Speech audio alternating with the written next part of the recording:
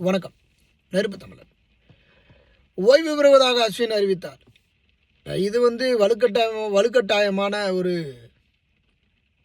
ஒரு முடிவை அறிவிக்க வச்சு அவரை டார்ச்சர் மேலே டார்ச்சர் பண்ணியிருக்கிறானுங்க. அப்படி ஒன்றும் அவசிய தேவை இப்போ ஒன்றும் இல்லைங்க. 2 டெஸ்ட்டு முடிச்சுட்டு அதுக்கப்புறம் சவுத் ஆஃப்ரிக்கா இந்தியாவுக்கு வர்றாங்க. அந்த டெஸ்ட்டை முடிச்சுட்டு அதுக்கப்புறம் பண்ணியிருக்கலாம். இவ்வளவு தேவையும் அவசியமும் கட்டாயம் என்ன இருக்குது?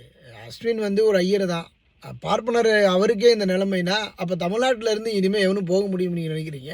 இனிமேல் செத்த அவன் ஆவியாக வந்தாலும் எந்த ஒரு தமிழ்நாட்டுக்காரனும் இந்திய அணியில் விளையாட முடியாது. மொத்தமாக ஐயர் விளையாடலாம், அதில் யாருன்னா வடநாட்டு ஐயர்கள் தான் விளையாட முடியும் அப்படிங்கிற ஒரு நிலை தான் அடுத்து உருவாகும். கோலி அதுக்கப்புறம் இப்போ ரோஹித்லாம் விளையாடுறதே கிடையாது. இவங்களுக்கு விளையாடினா இப்போ என்னன்னே தெரியாத அளவுக்கு ஆகிப்போச்சு. ஆனால் அவனுங்கெல்லாம் டெஸ்ட்லேயே இருப்பானுங்களாம், அவனுங்க இருந்துக்கிட்டே இருப்பானுங்களாம். அவனுங்களுக்கு ஐசிசி அவங்களுக்கு முட்டு கொடுத்துக்கிட்டே இருக்குமா.